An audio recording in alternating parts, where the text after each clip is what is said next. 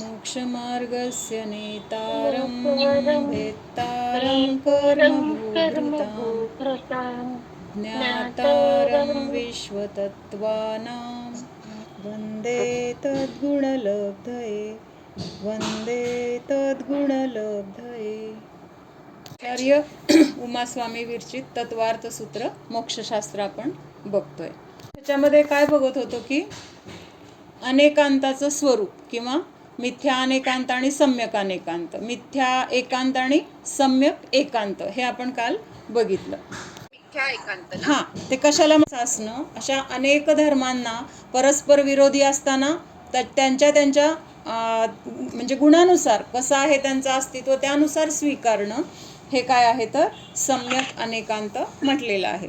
नय आणि प्रमाण हे बघितलं की नाही। नय काय सांगितलं होतं तर वस्तूच्या एका अंशाला जाणतो तो नय आणि अखंड वस्तूला जाणतो तो ते प्रमाण, हे बघितलं होतं। आता नय जो आहे त्या नयाचे परत काय सांगितलेत, प्रकार सांगितलेत। नय म्हणजे लक्षात येते का सगळ्यांच्या, किंवा अखंड द्रव्य घेतलं तर ते प्रमाण झालं। हां, आणि जीवाच्या एकेका गुणाला जाणणे हे नय झालं, बरोबर। मग आता हे नय जे आहेत, नय किंवा प्रमाण काय करतात, आपल्याला वस्तूचं ज्ञान करून देतात। जी वस्तू आहे ती कशी आहे, त्याच्यामध्ये कुठले गुणधर्म आहेत, त्याचं परिणमन कसं आहे, हे सगळं आपल्याला कुठं कळतंय, हे प्रमाण आणि नयाच्या द्वारे, म्हणजे वस्तूचं ज्ञान होतंय आपल्याला। मग आता हे जे नय आहेत तर त्या नयाचे पण काय केलेत, परत प्रकार आहेत। दोन प्रकार आहेत, एक द्रव्यार्थिक नय आणि दुसरा पर्यायार्थिक नय। नयाचे दोन प्रकार। शब्द अवघड आहेत का, नवीन वाटतायत का? तर द्रव्यार्थिक नय कशाला म्हटलंय बघूया आपण। इनमें से जो द्रव्य पर्याय स्वरूप वस्तु में द्रव्य का मुख्यतया अनुभव करावे सो द्रव्यार्थिक नय आहे।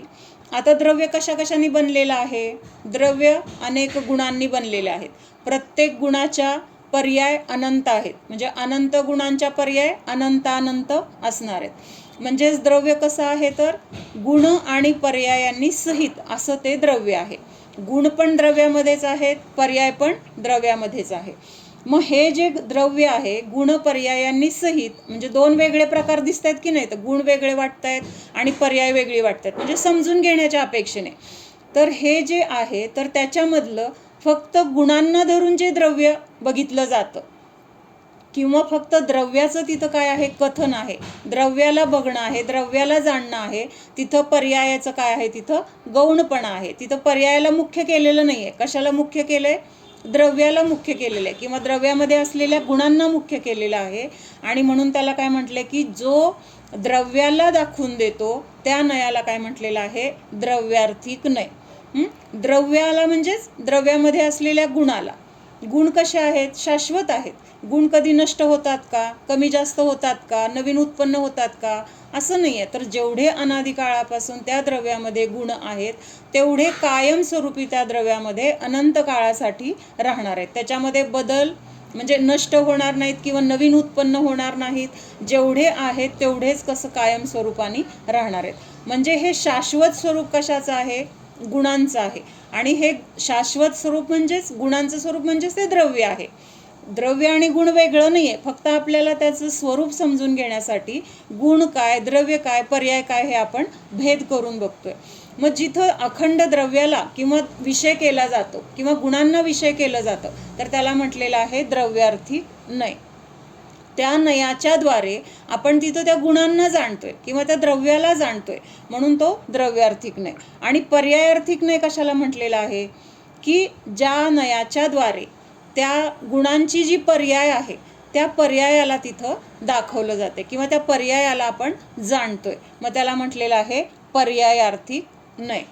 साधारण लक्षातच आपल्याला त्याचं काय स्पष्टीकरण असेल ते लक्षात येते। द्रव्यार्थिक म्हणजे काय, जिथं द्रव्य दाखवून दिलं जातं किंवा द्रव्यामध्ये गुण असतात त्या गुणांना दाखवून दिलेलं असतं, म्हणजे जे शाश्वत स्वरूप आहे। द्रव्य शाश्वत म्हटलं जातं, गुण शाश्वत म्हटले जातात। मग ह्या शाश्वततेला दाखवणारं किंवा द्रव्य गुणाला दाखवणारं त्याला काय म्हटलेलं आहे, द्रव्यार्थिक नय म्हटलेलं आहे। आणि ह्या गुणांची पर्याय प्रतिसमयाला उत्पन्न होते, नष्ट होते। पहिली पर्याय नष्ट झाली, परत नवीन पर्याय उत्पन्न झाली। हे जे पर्यायाचं उत्पन्न होणं, नष्ट होणं किंवा उत्पाद व्यय हे जे चालू आहे, तर ते काय म्हटलं जातं? पर्यायार्थिक नय म्हटलं जातं. म्हणजे ती पर्याय आपल्याला तिथं काय करतोय, आपण त्या पर्यायाला जाणतोय, पर्यायाकडे आपण बघतोय. मग ते पर्यायाला दाखवून देणारा तो काय म्हटलेला आहे? पर्यायार्थिक नय. आता उदाहरणाच्या द्वारे आपण बघूया, म्हणजे लक्षात येईल. जीव आहे किंवा जीवामध्ये ज्ञान गुण आहे, जीवामध्ये दर्शन गुण आहे, जीव शाश्वत आहे, जीव अनादि अनंत आहे, हे काय तर जीवाचे गुण आहेत. मग ह्या गुणांना जो दाखवून देतोय तर तो कोण आहे? द्रव्यार्थिक नय आहे. आणि आता पर्यायार्थिक नय काय करणार? आता समजा जीवामध्ये ज्ञान गुण आहे, हे द्रव्यार्थिक नयाने सांगितलं. पर्यायार्थिक नय काय सांगतो? आता ज्ञान गुणाची कुठली पर्याय आहे आपल्याजवळ? मतिज्ञान, श्रुतज्ञान. मतिज्ञान आणि श्रुतज्ञान ह्या दोन पर्याय आपल्याजवळ आत्ता आहेत. किंवा आपल्याला आत्ता कुठलं ज्ञान आहे म्हटलं तर मतिज्ञान आणि श्रुतज्ञान आहे असं म्हटलं जातं. मग हे मतिज्ञान, श्रुतज्ञान हे जे आहे तर ते पर्याय रूपाने आहे आत्ता आपल्याला प्राप्त झालंय ते. म्हणजे ज्ञान गुणाची मतिज्ञान आणि श्रुतज्ञान ही पर्याय आत्ता आपल्यामध्ये आहे. म्हणून तिथं काय म्हटलेलं आहे? पर्यायार्थिक नयाने काय करतोय तो नय? पर्यायाला दाखवून देतोय. पर्याय कुणाची आहे? गुणाचीच आहे, द्रव्याचीच आहे. पण तिथं ती पर्याय प्रतिसमयाला उत्पन्न होते आणि नष्ट होते. म्हणजे पर्यायाचं स्वरूप किंवा पर्यायाचं लक्षण वेगळं आहे आणि गुणांचं लक्षण वेगळं आहे. गुण कसे आहेत? ज्ञानगुण जो आहे तर तो कसा आहे? कायम आहे. कायम आहे म्हणजे निगोदावस्थेमध्ये होता, देवगतीमध्ये होता, किंवा अजून कुठल्या नरकगतीमध्ये आहे, किडामुंगीच्या अवस्थेमध्ये पण तिथं ज्ञानगुण आहे. म्हणजे ज्ञानरूपाने जे जे काही त्या जीवाची अवस्था किंवा त्या जीवामध्ये जो गुण आहे तर तो प्रत्येक त्याच्या पर्यायामध्ये, प्रत्येक त्याच्या भवामध्ये तो गुण कसा आहे तर कायम आहे. म्हणजे ज्ञानगुण नष्ट नाही झाला. पण जेव्हा निगोद अवस्थेमध्ये आहे तेव्हा ज्ञानगुणाची पर्याय कुठली आहे? अतिशय हीन पर्याय आहे. म्हणजे इतकं अल्पज्ञानाचा उघाड आहे की तिथं त्या जीवाला स्वतःच्या अस्तित्वाचं पण ज्ञान होऊ शकत नाही आहे. इतकं तिथं म्हणजे अल्पज्ञान आहे किंवा ते त्याचं आयुष्य इतकं अल्प आहे की एका श्वासामध्ये 18 वेळा जन्म मरण चाललेलं आहे. त्यामुळे त्याला स्वतःची शुद्ध त्या ज्ञानाच्या द्वारे येऊ शकेल का? म्हणजे ज्ञान पण अल्प आहे, त्याचं आयुष्य पण अल्प आहे.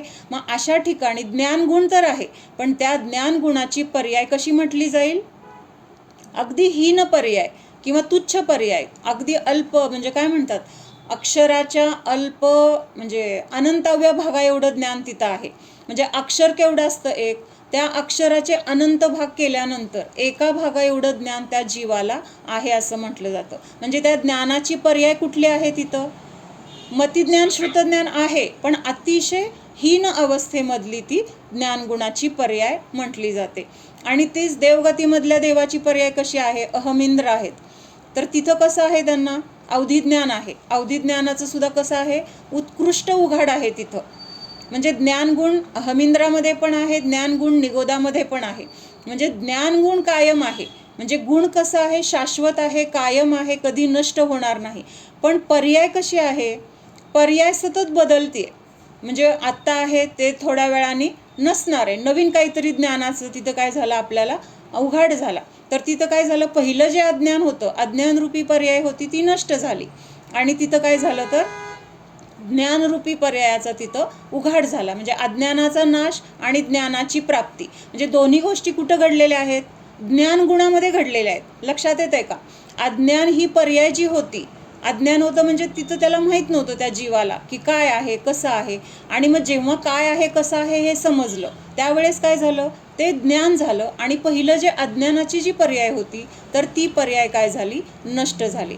किंवा अजून आता काय होतं तर मनुष्य होता तेव्हा त्याला कुठले ज्ञान होते? कुठल्या ज्ञानाचे? म्हणजे मतिज्ञान, श्रुतज्ञान,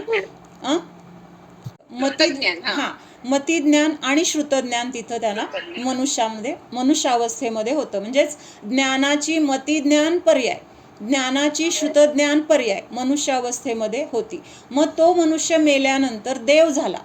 कोण झाला? देव झाला. आता तिथं गेल्यानंतर त्याला अवधिज्ञानाची पर्याय प्राप्त झाली आहे. म्हणजे तिथं आता त्याच्या ज्ञानामध्ये भर पडली की नाही?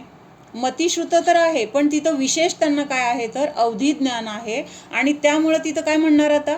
ज्ञान गुणामध्ये तिथं काय झालं, जास्त उघाड झाला. मग असं काय होतंय, ज्ञान गुण मनुष्य अवस्थेमध्ये पण होता, आता देव अवस्थेमध्ये पण आहे, पण मनुष्य अवस्थेमध्ये असलेली मतिज्ञान श्रुतज्ञानाची पर्याय आता तिथं नाही, तिथली पर्याय वेगळी आहे. मतिज्ञान श्रुतज्ञानाची पर्याय तिथं नवीन उत्पन्न झालेली आहे, त्याच्याबरोबर अवधिज्ञान पण तिथं उत्पन्न झालेलं आहे. म्हणजे त्याच्या ज्ञान गुणामध्ये काय झालेली आहे, वाढ झालेली आहे. म्हणजे पर्याय कशा आहेत, सतत बदलत असतात. मग ह्या पर्यायांना जो दाखवून देतो तर त्याला म्हटलेलं आहे पर्यायार्थिक नय. पर्याय त्या शब्दामध्ये आहे ना, त्याच्यावरून आपल्याला लक्षात येतं की हा नय पर्यायाला विषय करतो.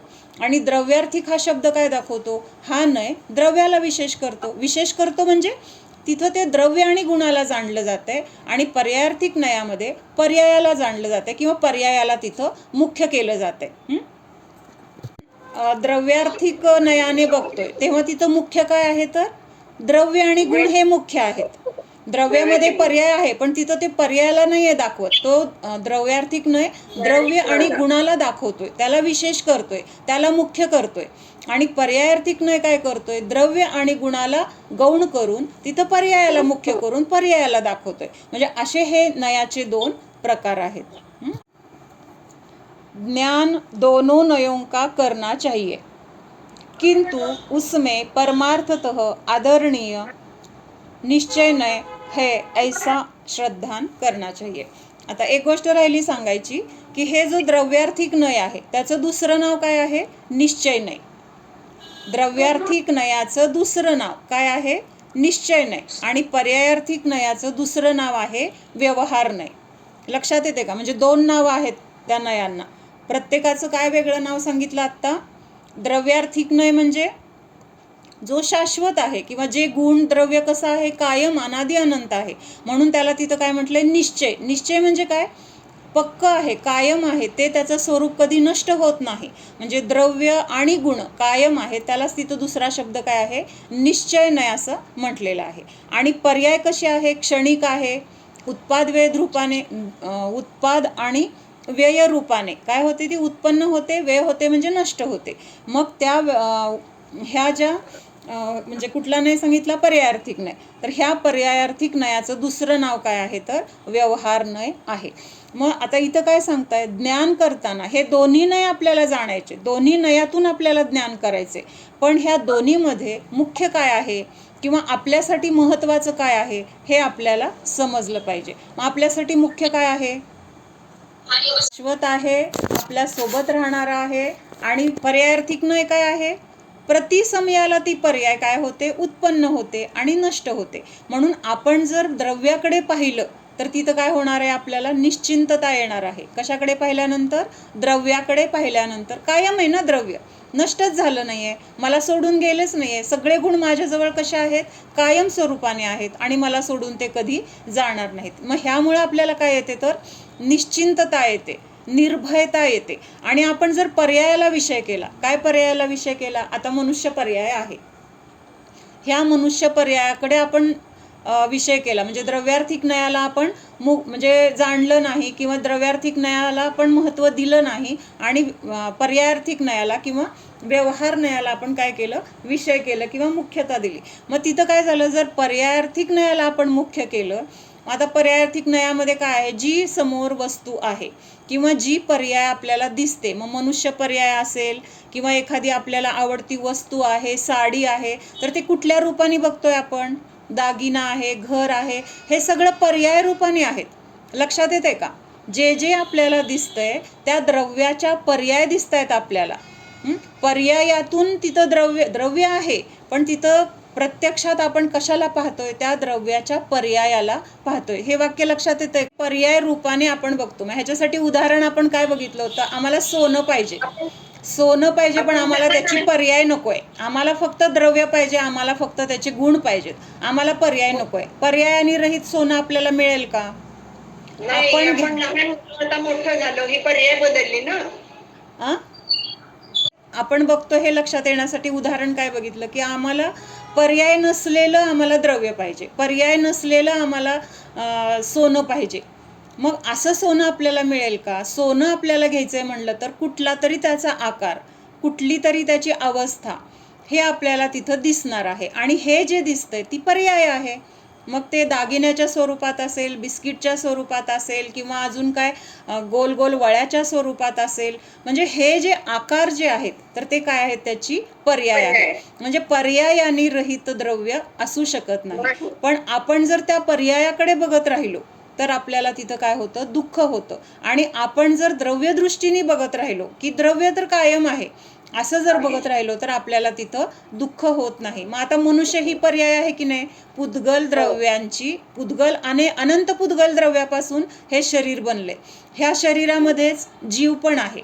म्हणजे शरीर आणि पुद्गल, जीव आणि पुद्गल ह्या दोन द्रव्यांची ही काय आहे, पर्याय आहे. मनुष्य पर्याय आता आपल्याला दिसते.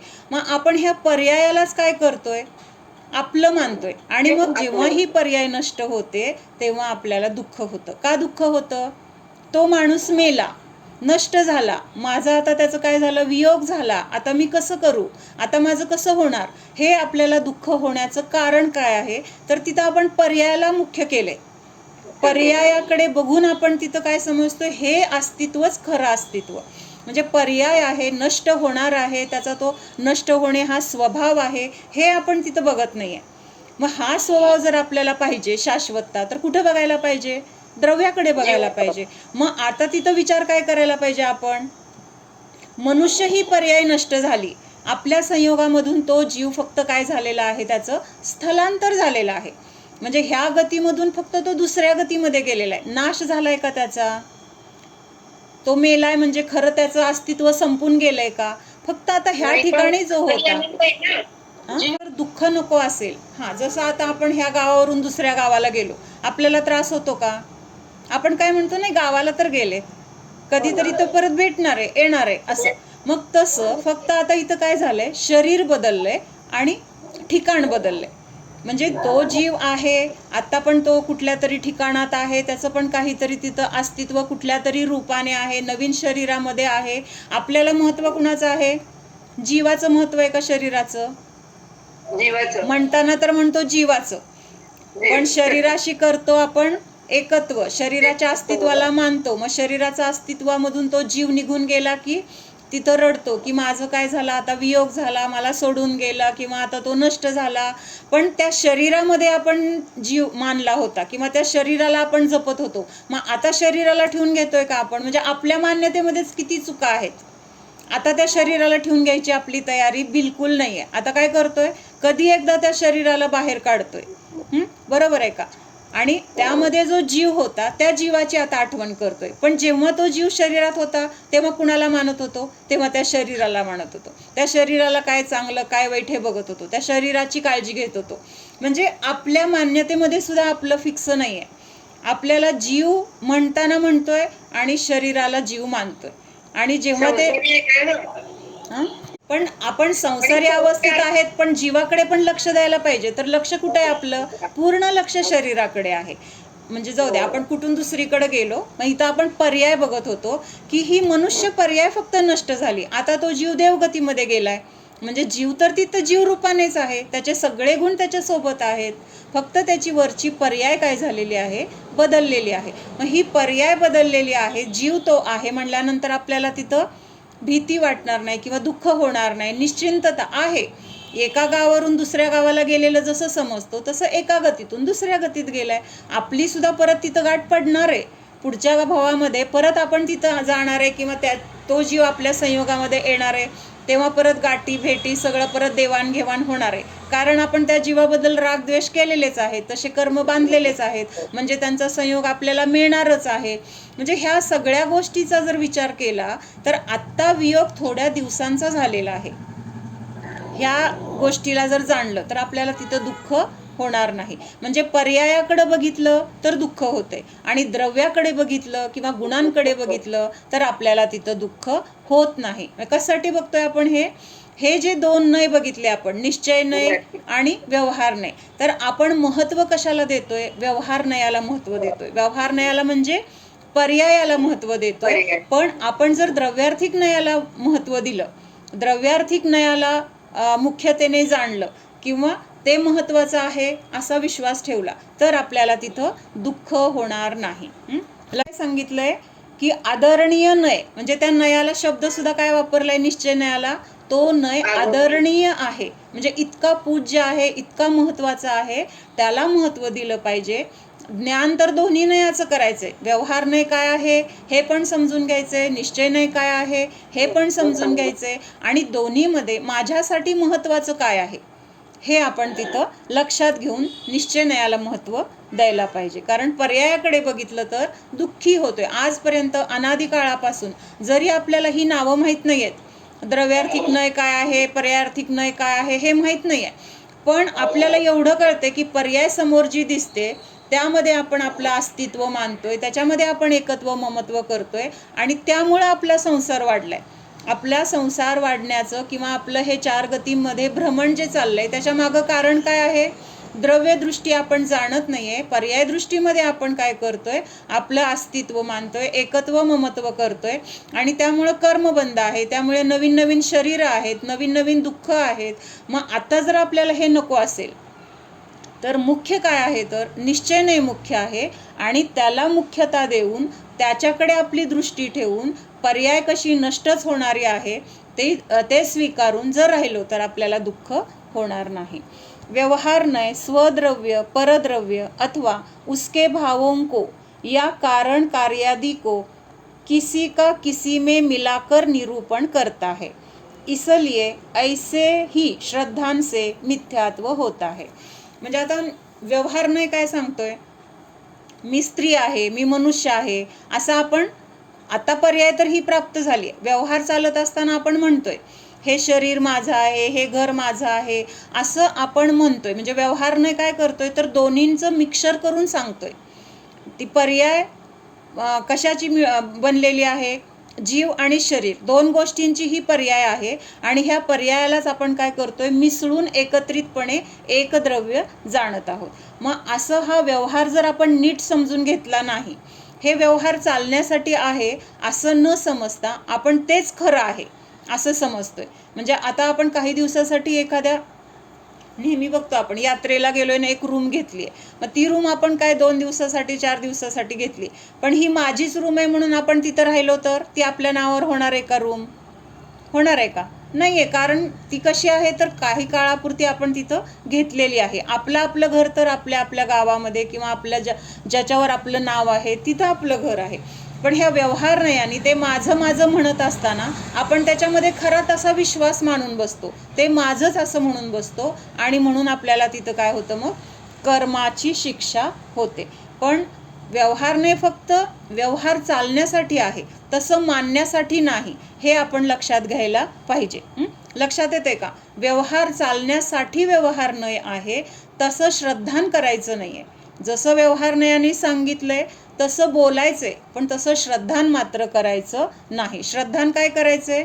जरी हे मी माझं माझं म्हणत असलं तरी पण ते माझं नाही, ते तर परद्रव्य आहे, काही काळासाठी माझ्या संयोगामध्ये आहे, हे आपल्याला पक्क माहीत असणं गरजेचं आहे. पण असं न समजता आपण ते माझंच म्हणून समजतो, म्हणजे व्यवहारालाच आपण निश्चय करतोय, व्यवहाराला आपण निश्चय मानतोय, आणि त्यामुळे तिथं काय होतंय? मग मिथ्यात्व होते. चालण्यासाठी हे माझं घर, ही माझी वस्तू, ही माझी मुलं असं आपण म्हणणार, पण म्हणत असताना अंतरंगामध्ये आपल्याला हा विश्वास पाहिजे, हे व्यवहार चालण्यासाठी आपण म्हणतोय, हे खरं माझं नाही. हा जर विश्वास असेल तर आपण योग्य मार्गावर आहोत, आणि हा जर विश्वास नसेल, म्हणजेच आपण काय करतोय? प्राप्त पर्यायामध्ये ते म्हणजे मी, ते माझं असं जर मानत असेल तर तिथं काय आहे? तो मिथ्यात्व झालं, किंवा तिथं तो आपल्याला नय समजला नाही. निश्चय नय स्वद्रव्य परद्रव्य को अथवा उसके भावों को या कारण कार्यादि को यथावत निरूपण करता है. आणि निश्चय नय काय म्हणतोय? की हे घर माझं नाहीच आहे. अंतरंगातून मान्यता आहे ना, हे घर माझं नाहीये. माझं घर तर कुठं आहे? जिथं मी बांधलंय किंवा ज्या गावात आपण राहतो तिथं माझं घर आहे. हे आपण भाड्याने 2-4 दिवसासाठी घेतलंय, हा पक्का विश्वास आहे तिथं. आणि म्हणून काय सांगितलंय की निश्चय नाही, माझं काय आहे आणि माझं काय नाही, ते माझं का आहे आणि हे परद्रव्य माझं का नाही, हे सगळं कारण कार्य ह्याच्यासहित आपल्याला काय करतोय? समजावून सांगतोय. आता हे हे जे घर आहे ज्या घरात आत्ता आपण राहतोय ते घर आपलं आहे का खरं? खरा म्हणजे आता व्यवहार चालण्यासाठी आपलं म्हणणार आपण आपल्या नावावर आहे, किंवा आपण जोपर्यंत आपण आहोत इथं तोपर्यंत आपण इथं राहणार आहे म्हणून, किंवा आपल्या नावावर असल्यामुळे आपल्याला इथून कोणी काढू शकणार नाही म्हणून व्यवहार चालण्यासाठी हे माझं माझं म्हणतोय आपण. पण अंतरंगातून खरंच आपलं आहे का हे घर? ज्या क्षणी आपले डोळे मिटले त्या क्षणी आपल्या सोबत हे घर असेल का? ह्या घरातल्या वस्तू असतील का? ह्या घरातले नातेवाईक असतील? कोण असणार आहे त्यावेळेस तिथं? कोणीच नसणार आहे. म्हणजेच काय आहे, निश्चयने हे दाखवून देतो हे घर तू तुझं म्हणत असला तरी ते तुझं नाही.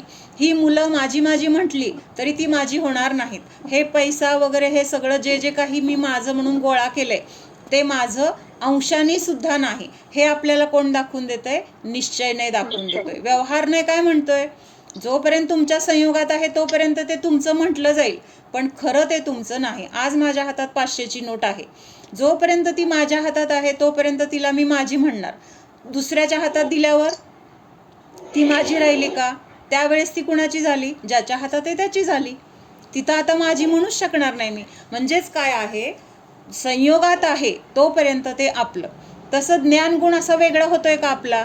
जशी नोट दुसऱ्याला हातात दुसऱ्याच्या आपण देऊ शकलो, तसं आपल्या जीवाचा जो एखादा गुण आहे तो काढून आपण दुसऱ्याला देऊ शकतो का? किंवा दुसऱ्याचा गुण आपण घेऊ शकतो का? नाही घेऊ शकत. म्हणजे जे आपलं आहे ते आपल्याला सोडून जात नाही, कायम आपल्यासोबत राहते.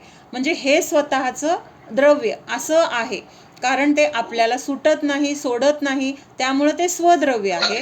आणि जे परद्रव्य आहे तर ते नियमाने आपल्या संयोगातून नष्ट होणार आहे, म्हणून ते परद्रव्य आहे. असं त्याचं कारण काय आहे?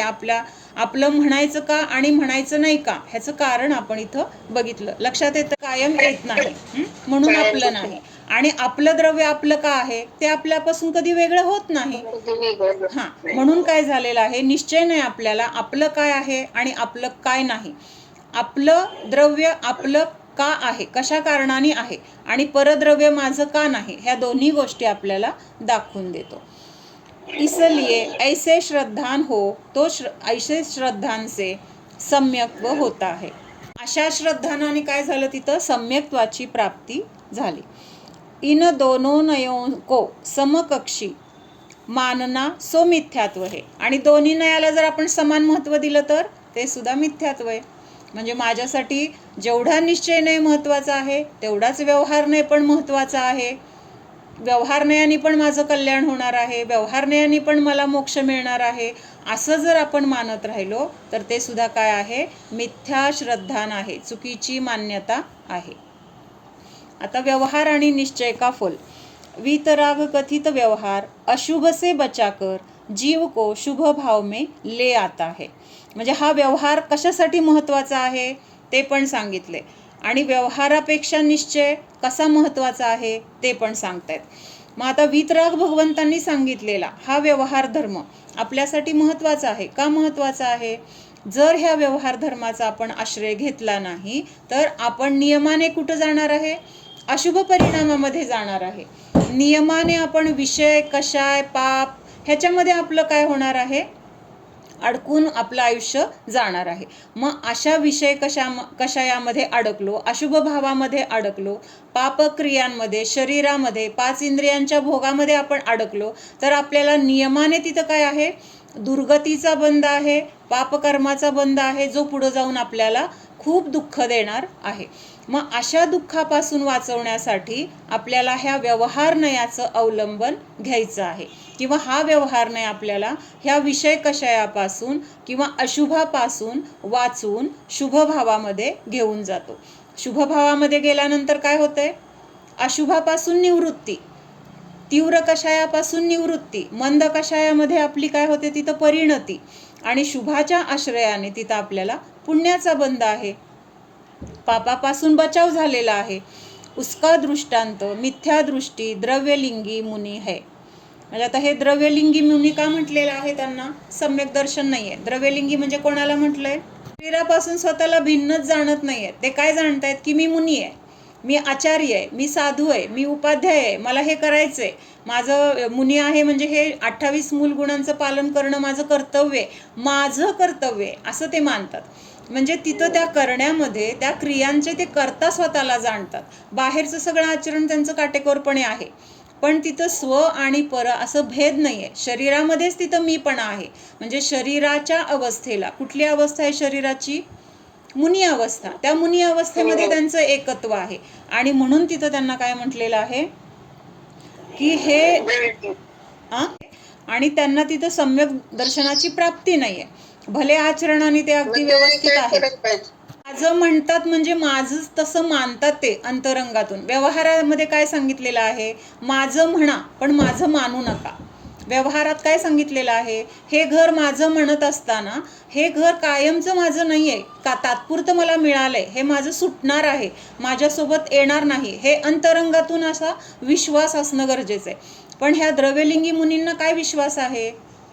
असा अंतरंगातून वेगळा विश्वासच नाहीये. जे प्राप्त पर्याय आहे, जी प्राप्त अवस्था आहे, तर ते म्हणजेच माझं अस्तित्व, ते म्हणजेच माझं स्वरूप. मी मुनी आहे. मी काय करतोय तर हे सगळं जे काही त्यांचे पण षटक्रिया आहेत, त्या षटक्रिया मी करतोय, मला ह्या करायच्यात. म्हणजे तिथं ह्या क्रियांना मी जाणणारा आहे, ह्या क्रिया मी करणारा नाही, असा भाव तिथं नाही आहे. किंवा हे मुनी अवस्था शरीराची आहे, जीवाची नाही आहे, अशी तिथं मान्यता नाही आहे त्यांना. किंवा असं भेदविज्ञान तिथं त्यांना नाही आहे. अवस्था शरीराची आहे ना. शरीरावरचा जो परिग्रह होता त्या परिग्रहाचा त्याग झालाय. मुनी अवस्था किंवा ही साधू वगैरे कुणाला म्हटलं जातं? बाहेरून त्यांच्या त्या नग्न अवस्थेला तिथं मुनी म्हटलेलं आहे. पण अंतरंगातून तो जीव काय आहे तर ह्या सगळ्या परिग्रहाचा त्याग केलेला आहे. म्हणजे जे माझं नव्हतं पण मी माझं मानलं होतं, ते जे मी माझं मानलं होतं ते फक्त मानण्याचा तिथं त्याग केलेला आहे. हा स्वीकार तिथं नाही आहे. त्यांनी काय त्यांचं काय हे आहे मान्यता? मी त्याग केला, मी महाव्रतांना धारण केलं, मी म्हणजे जीवानी. पण जीवाने तिथं धारण केलेलं नाही. म्हणजे जीवानी तिथं फक्त काय केलेलं आहे? जी चुकीची मान्यता होती ती मान्यता तिथं बदललेली आहे. जीव स्पर्श करत होता का त्या सगळ्या परिग्रहाला?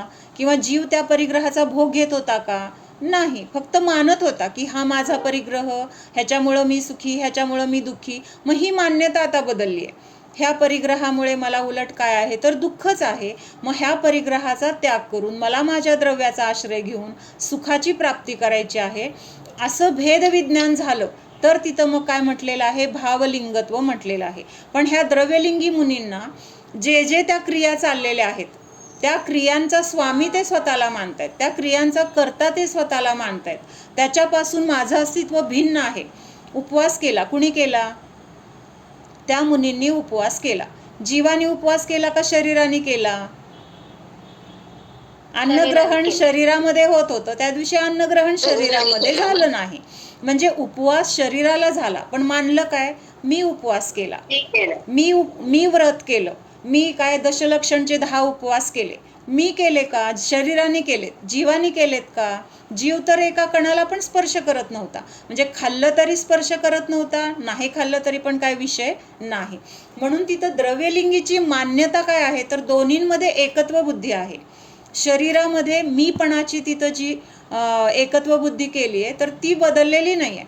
मी मुनी, मी सगळ्या वस्त्राचा त्याग केलाय, मी महाव्रताला धारण केलंय, मी हे सगळे 28 मूल गुणांचं पालन करतोय, अशी तिथं मान्यता आहे.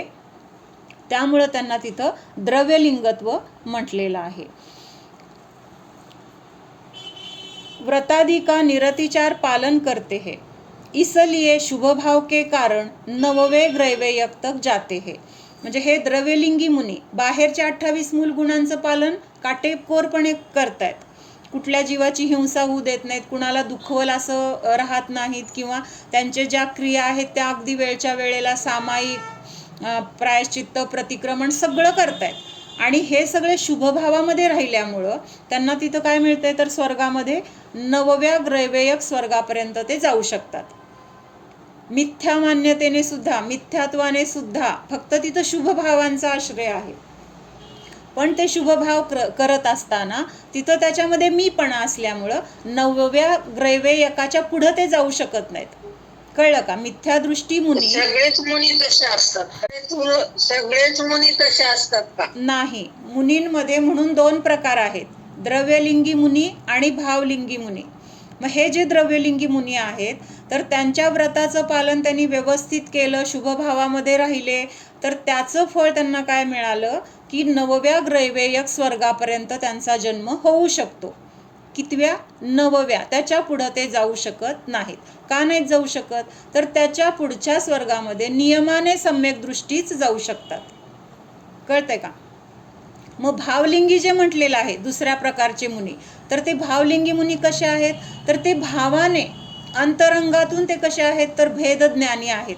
त्यांना ह्या बाहेरच्या मुनी अवस्थेमध्ये एकत्व नाही आहे, किंवा ह्या बाहेरच्या ज्या क्रिया ते करतायत त्याच्यामध्ये मी करणारा अशी बुद्धी नाही आहे. तर त्या क्रियांना मी जाणणारा आहे. किंवा एखादा उपसर्ग झाला, आता मला उपसर्ग झाला, मला तो सहन करायचा आहे, असं द्रव्यलिंगी मुनी समजणार. भावलिंगी मुनी काय करणार?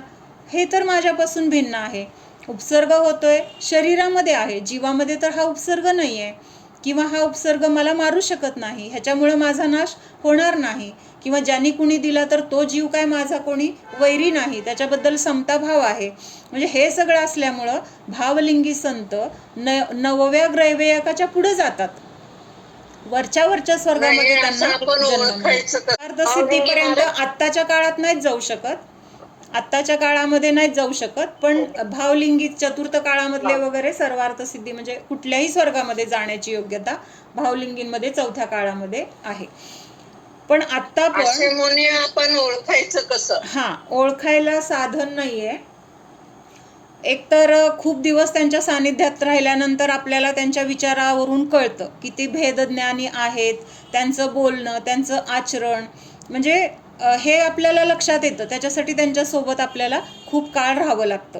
त्या द्रव्यलिंगी मुनींचं सुद्धा आपल्याला म्हणजे बाहेरून त्यांचं खूप आचरण छान आहे, त्यामुळे आपल्याला त्यांना सुद्धा आपण द्रव्यलिंगी आहे का भावलिंगी आहे हे कळत नाही आपल्याला. म्हणजे खूप काळाने कळू शकतं, पण त्यांचं आचरण जर व्यवस्थित असेल तर त्यांना नमस्कार करायला सांगितलंय. मुनी म्हणून त्यांना नमस्कार. कुणाला? द्रव्यलिंगी म्हणजे जे त्यांचं आचरण 28 मूल गुणांचं काटेकोरपणे पालन करतात.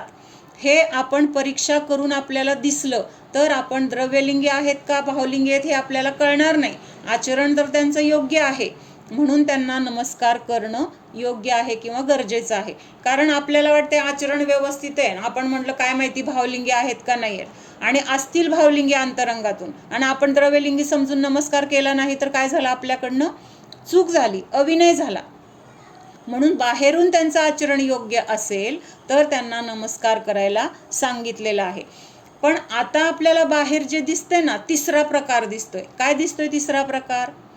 की परिग्रह दिसतोय, किंवा विषय कषायांची तिथं आपल्याला तीव्रता लक्षात येते, किंवा तिथं ज्या गोष्टीतून हिंसा पाप होतंय अशा गोष्टी त्यांच्या संयोगामध्ये दिसून येत आहेत. तर तिथं द्रव्यलिंगत्व पण नाही. लक्षात येतंय का? समजून घ्या. हे सगळं आपल्याला परीक्षा करण्यासाठी आपण हा ग्रंथ बघतोय. न्याय ग्रंथ म्हणजे काय आहे की जे समोर आलंय त्याची परीक्षा आपल्याला करता आली पाहिजे. मग काय सांगितलंय? द्रव्यलिंगी मुनी काटेकोरपणे पाळतायत, त्यांच्याकडून हिंसा अजिबात होत नाही. 5 महाव्रत जे आहेत, अहिंसा महाव्रत, सत्य महाव्रत, अचौर्य महाव्रत, ब्रह्मचर्य महाव्रत आणि परिग्रह त्याग महाव्रत, हे सगळं जे आहे तर त्यांचं अतिशय काटेकोरपणे पालन आहे. त्यांच्याकडे मोबाईल दिसणार नाही, त्यांच्याकडून आपल्याला असं कुठली तरी मागणी होणार नाही की आम्हाला हे लागतं, आम्हाला ते लागतं, अजिबात नाही. उलट त्यांना जर कुणी म्हटलं हे तुमच्यासाठी केलंय तर ते घेणार नाहीत. काय झालं? तिथं उद्दिष्ट झालं. तुमच्यासाठी हा शब्द आला की तिथं काय झालं? उद्दिष्ट झालं. मग असं त्या द्रव्यलिंगी मुनींचं काय आहे तर आचरण अतिशय कडक आहे म्हणून त्यांना नमस्कार करायला सांगितलंय. पण आता आपल्याला संयोगामध्ये असे काही तिसऱ्या प्रकाराचं हे सगळं दिसतंय. काय दिसतंय? की तिथं आईस्क्रीम चालतंय, फ्रीजमधले पदार्थ चालतायत, किंवा अजून ते सवळं वगैरे पण नीट नसतंय, कुठल्या प्रवासातून आलेलं पिशवीत घालून आलेलं सवळ्यांनी पण तिथं आहार दिलेलं चालतंय. म्हणजे मी जे उत्कृष्ट आहे ते सांगते बरं का, मला कुणाला नावं ठेवायची नाही आहेत. तुम्ही परत एकदा क्लिअर करते मी. जे बरोबर काय आहे आणि चूक काय आहे ह्या दोन गोष्टी आपण बघतोय. कशासाठी? ह्या चूक काय आणि बरोबर आहे कळल्याशिवाय चुकीच्या गोष्टीला आपण सोडू शकणार नाही किंवा चांगल्या गोष्टीचं आपण ग्रहण करू शकणार नाही. हे वाक्य नेहमी लक्षात ठेवायचे. बिन जाने ते दोष गुण नको, कैसे तजिये गहिये. तेवढ्यासाठी हे बघायचे. मग आता तिथं फुलं पाकळ्या वगैरे टाकलेल्या दिसतात किंवा दुधानी पाय वगैरे धुतलेले दिसतात किंवा अजून म्हणजे ते वाहनांचा वगैरे वापर करताना दिसत आहेत.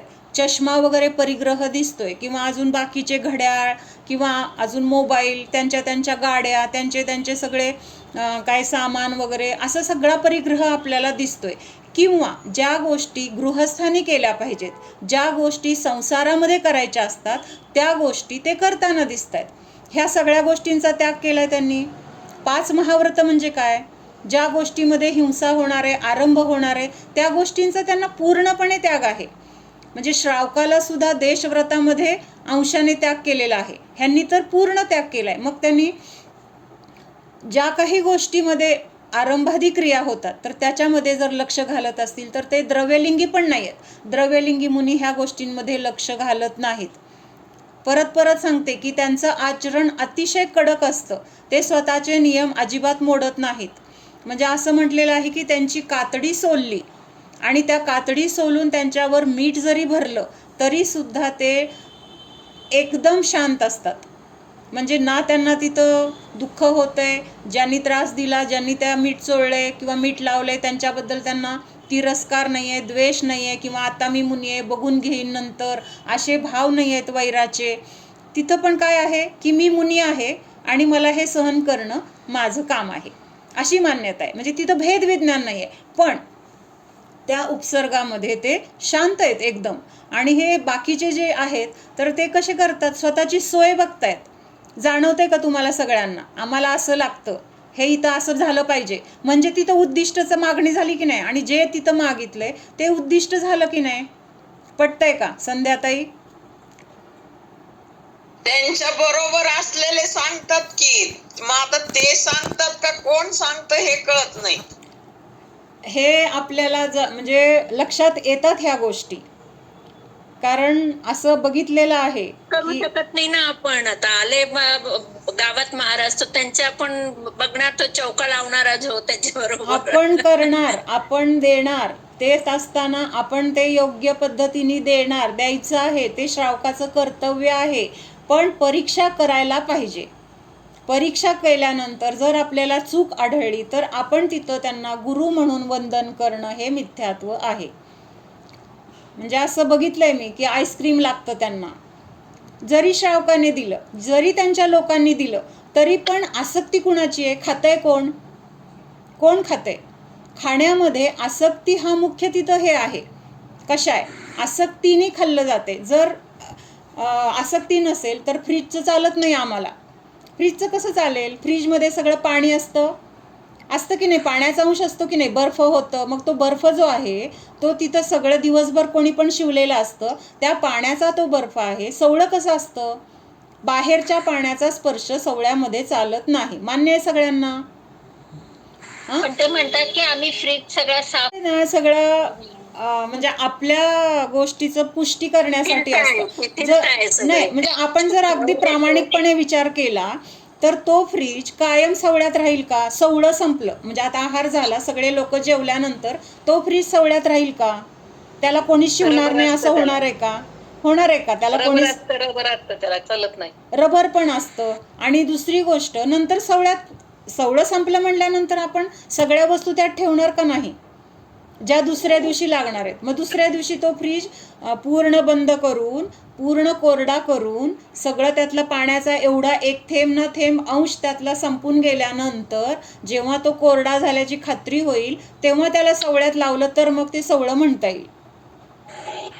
असं होतं का? आणि दुसरी गोष्ट, मिक्सर वगैरे मिक्सर चालवणं किंवा लाईट चालवणं, समजा चुकून लाईट गेलेली असते. खूप वेळा अंतराय आलेले आहेत असे. लाईट गेली आहे आणि बटन चालू राहिले आणि आहाराला मुनींचा आहार सुरू झाला आणि लाईट आली. काय करतात ते? अंतराय करतात. का अंतराय करतात? लाईट चालू आहे. म्हणजे तिथं त्या अग्निकायिक जीवांचं अस्तित्व म्हणा किंवा ते चालत नाही, किंवा शेगडी पेटलेली असलं तरी चालत नाही. मग फ्रीज लाईट आहे की नाही फ्रीजमध्ये? म्हणजे आपल्याला दोष काढायचे नाही आहेत बरं का, पण धर्मामध्ये काय सांगितलंय, उत्कृष्ट काय आहे, परीक्षा का करायची आपल्याला. जर आपण उत्कृष्ट स्वीकारलं तर आपलं उत्कृष्ट आपल्याला सगळं पुढचं मिळणार आहे. जर आपण असं हां हे चालतंय ते चालतंय म्हणलं की मग आपल्याला पण असंच मिळणार आहे की चालतंय ना मग कसलंही घ्या. कसलंही चालेल का आपल्याला? आपल्याला कसं असतं, वस्तू घ्यायला गेल्यानंतर उत्कृष्ट पाहिजे असते, चांगल्या कंपनीची पाहिजे असते, क्वालिटी पाहिजे कशी, मजबूत पाहिजे, खूप टिकणारी पाहिजे. हा विचार आपण का करतो? ज्या साध्या रोजच्या व्यवहारातल्या संसारातल्या गोष्टी आहेत त्याच्यासाठी आपण इतका विचार करतो, आणि हे तर आपल्याला पुढच्या भावासाठी उपयोगी आहे. म्हणजे आपलं ह्याच्यातून काय होणार आहे तर मोक्ष मार्ग प्रशस्त होणार आहे, किंवा आपल्याला कर्मातून मुक्त होण्यासाठी आपण ह्या सगळ्या गोष्टी बघतोय. मग जर उत्कृष्ट मिळालं तर आपण ह्या संसारातून बाहेर पडणार आहे. जर आपण काही चालतंय किंवा ते चालतंय म्हणतात मग आपल्याला चालायला काय हरकत आहे, त्यांना चालतंय म्हणून आपण जर चालवत गेलो, आपण जर परीक्षा केली नाही तर ते खड्ड्यात पडल्यानंतर आपण पण खड्ड्यात पडणार आहे. कळतंय का? म्हणजे मला असं वाटतं बरं का, खूप जण म्हणतात नाही आम्हाला चालतं रात्री, आम्हाला काही नियम नाही, आम्हाला चालतं. ह्या वाक्याचं ना मला दरवेळेस आश्चर्य वाटतं. चालतं म्हणजे कर्माने सूट दिली आपल्याला. कर्म म्हणलंय का नाही नाही तुम्ही रात्री जेवलं तर तुम्हाला काय आम्ही पाप लावणार नाही, असं कर्म म्हटलंय का? चालतं ह्याचा अर्थ काय? म्हणजे तिथं पाप होणार नाहीये असं असेल तर चालतं म्हणलं तर एक वेळ ठीक आहे. म्हणजे आपण म्हणतो ना मला ह्या गोष्टीची ॲलर्जी नाही आहे त्यामुळं मी खाल्लं तर मला त्रास होत नाही, तसं हे आहे का? रात्री जेवल्यानंतर मला पाप लागणार नाही आहे असं आहे का? नाही आहे. पण असं म्हणतात नाही आम्हाला चालतं, म्हणजे पाप तुम्हाला यायला चालते, पाप गोळा करायला चालते, किंवा त्याचं जे काही त्याचं फळ असेल ते भोगायला चालते, असं म्हणल्यासारखं होतंय की नाही. पण हा विचारच नाही आहे ना पुढचा. आम्हाला चालतंय म्हणजे काय, आत्ता मला खायचंय एवढंच आहे, त्याच्या निमित्तात मला पुढं जाऊन काय दुःख भोगावं लागेल हे लक्षात येत नाही. काल आपला हा विषय झाला होता रात्री भोजन त्यागचा. तर मला एक वाक्य नंतर सापडलं, ते वाचून दाखवावं म्हटलं होतं, सापडलं तर दाखवते. म्हणजे रात्री भोजन त्याग केला नाही किंवा रात्री भोजन केलं तर त्याचं फळ आपल्याला पुढं जाऊन काय मिळतंय. एक मिनिट मी बघते. आचारसार नावाचा ग्रंथ आहे, त्याच्यातले काही पॉईंट्स लिहिले होते, त्यात एक पॉईंट मला हा दिसला काल. रात्री भोजन करने से जीव उल्लू, कौवा, बिल्ली, सुअर, कुत्ता, गीद, सर्प, बिच्छू आदि दुर्गती में जन्म लेता है. काय काय सांगितलं? कुठला ह्यातला चांगला आहे आपल्याला घ्यायला? कुठला चांगला भाव आहे? उल्लू म्हणजे काय? घुबड. म्हणजे असल्या तुच्छ पर्यायामध्ये आपण जातो. नुसती पर्यायच तुच्छ नाही आहे, त्या पर्यायामध्ये जन्म घेतल्यानंतर तिथं आपल्याला काय काय भोगावं लागणार आहे. तिथं त्यावेळेस आपल्याला अन्न तरी खायला मिळेल का? आता इथं आपल्याला सगळी अनुकूलता आहे, कधीही खावा, कसंही खावा, कितीही खावा, बंधन नाही आहे, कारण आता पुण्य आहे आपलं. पण ह्या पुण्याचा वापर आपण पाप कमवण्यासाठी करतोय. जेवायला मिळतंय, रात्री पण जेवतोय, म्हणजे तिथं आपल्याला काय आहे? पुण्याचा उदय आहे. पण त्या पुण्याच्या उदयामध्ये विवेक नाही आहे की रात्री जेवलं तर माझं पुढं काय होणार आहे. पुढच्या आपल्याला मिळणाऱ्या दुःखाची कल्पना आत्ता आपण करत नाही आहे, आणि ही जर कल्पना आपल्याला आली तर आपण ते जेवण नको बाबा, म्हणजे संकट आल्यासारखं वाटेल रात्री जेवायची वेळ आली तर. म्हणजे आता हे कसले कसले आहेत बघा, उल्लू, कौवा, बिल्ली, सुअर, कुत्ता, गीध, सर्प, बिच्छू, म्हणजे सगळे असे भीतीदायक प्राणी आहेत. जे असं गाय वगैरे असल्या ह्याच्यामध्ये सुद्धा सांगितलेलं नाही आहे. म्हणजे जरा आपल्याला त्यांच्याबद्दल, हत्ती ह्यांच्याबद्दल जरा तरी माया किंवा आपल्याला चांगले वाटतात ते प्राणी. म्हणजे रात्री जेवण्याचा आपल्याला पुढे जाऊन काय फळ मिळणार आहे हा विचार आपण कधी करणार? त्या गतीमध्ये गेल्यानंतर कधी करायचं आहे? आत्ता केलं पाहिजे. असलं दुःख जर मला भोगावं लागत असेल तर मला नको ते रात्री जेवण. आणि काय फरक पडतो? आज आता आपण सगळे इथं असणारे बहुतेक 40-50च्या पुढं आहेत. माहिती आहे आपल्याला आपलं आयुष्य किती आहे. मग कधी नियम घेणार आपण? एक छोटासा नियम आपल्याला, हा तर खरं नियम घेतल्याशिवाय किंवा रात्री भोजन त्याग केल्याशिवाय खरा जैनी पण म्हटला नाही आहे. जैनाचे 3 लक्षणं सांगितलेत: दररोज देवदर्शन, रात्री भोजन त्याग आणि पाणी गाळून पिणं. ह्या 3 गोष्टी जर आहेत आपल्याकडं तरच आपण जैन आहोत. ह्यातले जर एखादी गोष्ट जरी नसली तरी आपण जैनामध्ये मोडत नाही. मग आपल्याला सम्यक दर्शन कधी होणार? जर आपल्याला हे मूळच आपल्याला अजून पटत नाही आहे, जर मूळच आपण स्वीकारलेलं नाही, म्हणजे हे कधीच आहे, हे व्रत वगैरे पुढं झाली, हे म्हणजे फक्त जैनत्वाचं लक्षण सांगितलंय. जैन कशाला म्हणायचे, तर ह्या 3 गोष्टी जर असतील तर तिथं जैन म्हटलेलं आहे. हे सोडून अजून मग ते व्रत, प्रतिमा वगैरे तर पुढच्या झाल्या. मग हे जर आपल्याला नसेल जमत, तर आपण सम्यक दर्शन प्राप्त करण्याची योग्यता आपल्यामध्ये कधी येणार? हा, रात्री जेवतोय मला सम्यक दर्शन आहे असं होऊ शकत नाही. भगवान के द्वारा कथित निश्चय शुभ और अशुभ, निश्चय धर्म जो आहे, निश्चय नाही तर तो काय करतोय, शुभ आणि अशुभ दोनों से बचाकर जीव को शुद्ध भाव में मोक्ष में ले जाता है. उसका दृष्टांत सम्यक दृष्टि है जो कि नियमतः मोक्ष प्राप्त करता है. म्हणजे आहे तर निश्चयने आपल्याला काय करतो, तर मोक्षामध्ये नेऊन ठेवतो, शुद्ध भावामध्ये नेऊन ठेवतो. आणि अशुभने काय करतो, विषय कषयापासून वाचवतो. म्हणजे विषय कषयापासून वाचवतो म्हणून शुभभाव आपल्याला काय आहे, ग्रहण करायचं आहे. आणि शुभभाव ग्रहण केल्यानंतर तिथून आपल्याला कुठं जायचं आहे, स्वतःच्या स्वरूपामध्ये, शुद्धामध्ये जायचं आहे. मग तिथं गेल्यानंतर काय होणार आहे, आपल्याला आपल्या खऱ्या सुखाची प्राप्ती होणार आहे. ओम सावधान, जाणा हा मी शुद्ध जीव आहे, जाणणारा आहे, मात्र जाणत आहे. जाणणे सोडून मी अन्य काहीही करणारा नाहीच. जाणा. स्वतःच्या शुद्ध स्वरूपाला जाणा. हा मी अनंत गुणांचा पिंड आहे.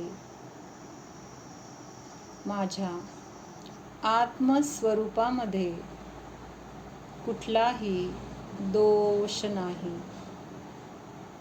हा मी निर्दोष स्वरूपी आहे. माझ्या शुद्ध स्वरूपामध्ये क्षुधा, तृषा, जन्म, जरा, मृत्यू, भय, चिंता, आकुलता, मोह, राग, द्वेष इत्यादी दोष नाहीतच. खाणेपिणे हा जीवाचा स्वभाव नाही. हे दोष माझ्या स्वरूपामध्ये नाहीत, संयोगामध्ये आहेत.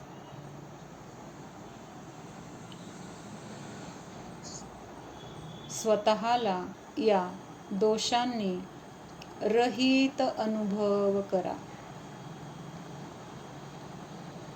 भूक नाही, तहान नाही, रोग नाही, मृत्यू नाही, असा मी शाश्वत अनादि अनंत जीव आहे.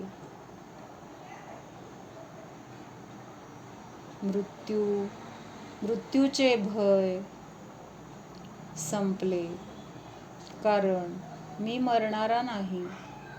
जन्म मरण माझ्यामध्ये नाही. जन्म मरण शरीराचे होते, जीवाचे नाही. निश्चिंततेचा अनुभव करा.